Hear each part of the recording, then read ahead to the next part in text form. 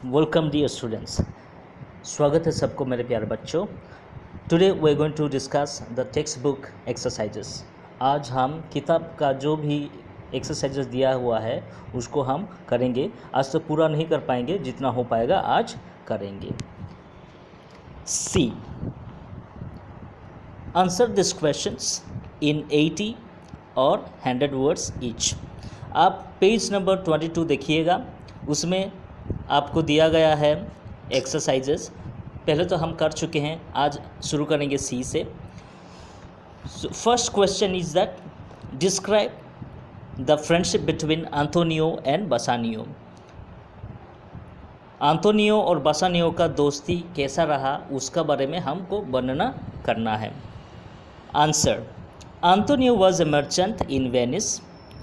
ये तो हम पढ़े हैं कहानी में यानी ड्रामा में कि एंटोनियो वो एक व्यापारी था वेनिस का।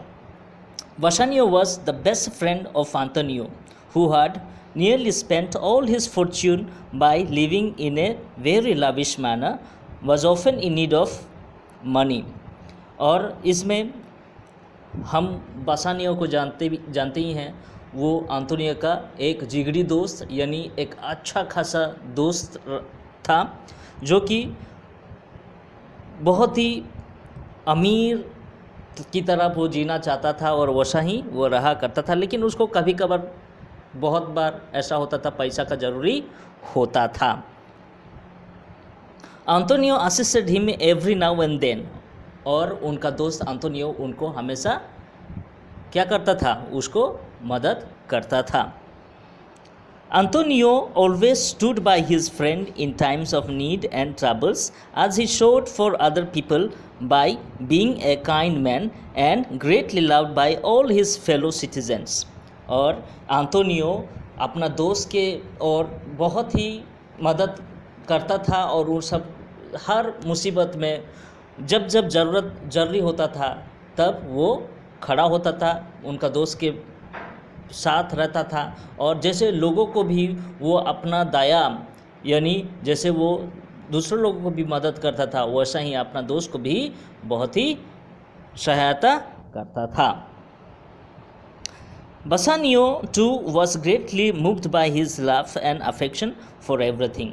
और जैसे ही दोस्त में बहुत ही गहरा संबंध बनता है और वैसा ही दोनों के अंदर प्यार और साथ रहना वो बहुत ही मात्रा में बढ़ जाता है हर चीज़ में।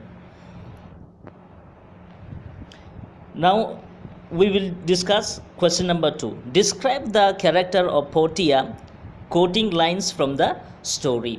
और इसमें हम लोग को पोर्टिया का चरित्र के बारे में वर्णन करना है, लेकिन कहानी में जो दिया गया है उसी लाइन्स को हम लोग को यहाँ लिखना चाहिए।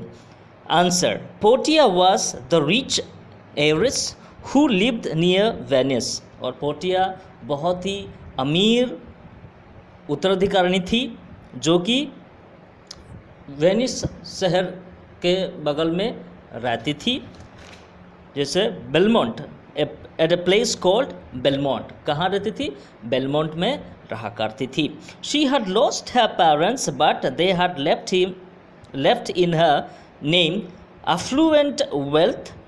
She was in love with Bassanio, a merchant, Antonio's best friend.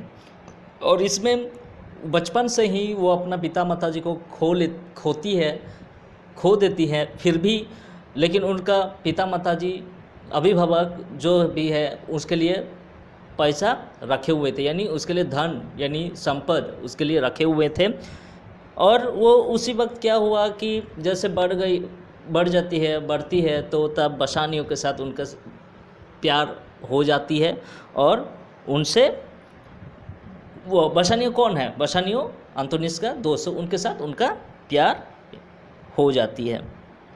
Bassanio was successful in winning the hand of Portia and confessed to her that he had no fortune.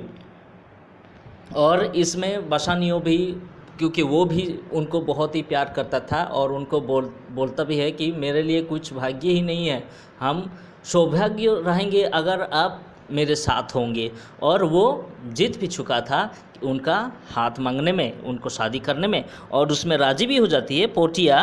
Portia बोलती है, who loved him for his worthy qualities and by giving him a ring she said that myself and what is mine is now yours. और वो राजी होके मतलब वो तैयार हो जाती है और बोलती है कि ठीक है, अब जो अंगूठी जो है, अंगूठी उनको बदले में देती है और बोलती है कि अभी आपका जो क्वालिटीज़ है, आपका जो गुण है, वो गुण तो मुझे बहुत ही पसंद है, और आपके गुण के लिए हम आपको क्या करेंगे, वो जो अंगूठी जो है आपको दे रहे हैं, और क्या, और हम ये कह रहा है आपको कि जो मेरा है वो आपका भी है, ऐसा बोल के उनको बोलती है। Question number 3, which incident from the story do you find humorous, give reasons for your choice. और इस कहानी में ऐसा कौन सा अंश यानी कौन सा भाग जो है जो हमको क्या करता है, बहुत ही हास्यरूप होता है, यानी मज़ेदार है, ठीक है। और give reasons for your choice, और हम लोग को अपना जो हमको अच्छा लगा उसी को हमको कारण देना पड़ेगा, ठीक है, उसी के बारे में हम लोग को बताना होगा। तो answer, the merchant of Venice is a construe, it is a metamorphosis from tragedy to a comedy.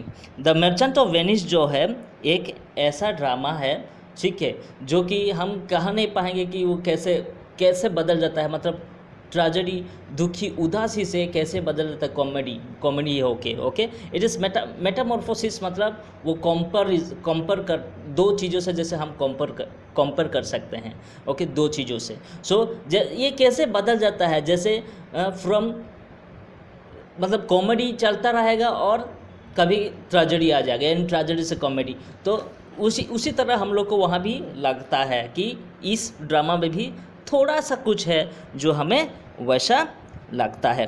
This drama is very interesting and बसलिंग तंत्रम, ओके। और ये जो ड्रामा जो है वो बहुत ही इंटरेस्टिंग है, मज़ेदार है, और वो हम लोग को ऐसा भी करता है कि हम लोग का मतलब कहानी में ऐसा है जैसे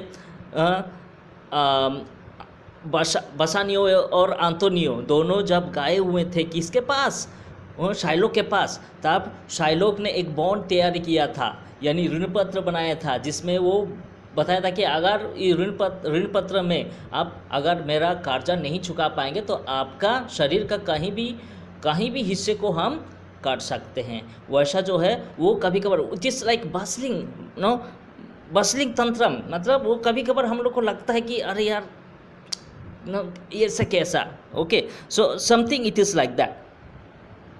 The story depicts an incident which I find humorous is that the two ladies Portia and Nerissa, who were disguising themselves with men's clothes to save Antonio and Bassanio। और हम लोग को ये कहानी में दो कैरेक्टर्स, जो दो चरित्र जो है, और लड़की लोग कौन, पोर्टिया और नेरिसा, दोनों जब लड़कों का कपड़ा पहन के और अपना भेष बदल के जब जाते हैं अंतोनियो और बासानियो को बचाने के लिए, तब थोड़ा मज़ेदार लगता है, क्योंकि एक औरत अगर दूसरा भेष लगाता है, यानी उसका अपीयरेंस बदल जाता है, तो हम लोग को थोड़ा सा मज़ा लगेगा, यानी कुछ हंसी तो आएगा ही। तो उसी जैसा ही उसमें कुछ हम लोग को मिलता है कि that part is something humorous, okay। It was suggested by Bellario, a lawyer and counselor, to go in disguise। और ये कौन बताया था भेष बदलने के लिए, ये बेलारियो जो था, वो जो वकील भी था और एक परामर्शदाता था, वो बताया था कि वो पोर्टिया को बताया था कि आप अगर आपको अंतोनियो और बासानियो को बचाना है तो आप लोग को भेष बदल के जाना पड़ेगा। This part of the story brings a humorous sense in some extent when we see two ladies in men's appearance, okay.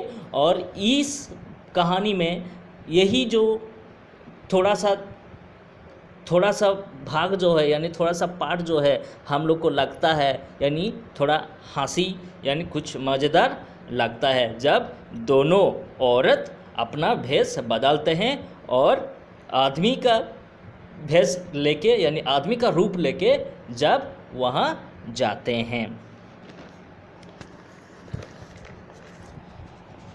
Now question number D, read this sentences and answer the questions that follow. अभी हम लोग को क्या करना पड़ेगा बच्चों, इसमें हम लोग को पहले पढ़ना पड़ेगा, ये जो सेंटेंस जो दिया है उसको पढ़ना है और उसका उत्तर हम लोग को बताना होगा यानी लिखना होगा। जैसे क्वेश्चन नंबर 1 में दिया है I will sign this bond, I will sign this bond मतलब हम ये जो बॉन्ड जो है उसमें हम साइन करेंगे। A, who said this and to whom, ये कौन बोला था और किसको बोला था। Answer, Antonio said this and to Shylock, और ये एंटोनियो बोला था और ये शाइलॉक को ही बोला था। B, what was the bond, और ये जो बॉन्ड ऋणपत्र जो था वो क्या था। Answer, the bond was about the repayment of the length amount if Antonio failed to pay the debt then Shylock would cut off a pound of flesh। और ये ऋणपत्र क्या था, ऋणपत्र ये जो उधार लिए थे, कर्जा जो लिए थे, अगर इसको चुका नहीं पाएंगे तो एंटोनियो को ये बोला गया था कि शाइलॉक ने बोले थे कि आपका शरीर का कहीं भी अंश को यानी कहीं भी हिस्से को हम काटेंगे अगर आप इस कर्जा चुका नहीं पाएंगे तो। See, what would have happened if if he had not signed the bond. Okay, अगर ये ऋणपत्र में अगर साइन किया नहीं होगा तो क्या होता। तो आंसर में if he had not sign the bond then Antonio would not help his best friend Bassanio in times of his need and trouble. Okay, तो अगर ये ऋणपत्र में हस्ताक्षर यानी साइन नहीं किया होता यानी वो सिग्नेचर नहीं किया होता तो क्या होता, तो अपना दोस्त बासानियो जो कि समय पर उनको कुछ ज़रूरी था और वो समस्या में जुड़ रहा था, उसी वक्त अगर वो साइन नहीं करता तो उनको वो पैसा नहीं मिलता और ये उनको मदद नहीं कर पाता। ठीक है, तो बच्चों आज के लिए इतना ही है और बाकी जो है और दूसरा वीडियो में हम उसको करेंगे। And you have to write down all this question answers in the fair copy and maintain your fair copy. Okay, so till then I think you have enjoyed this class and I have to take adieu from you and I will say bye bye to you. Have a nice day.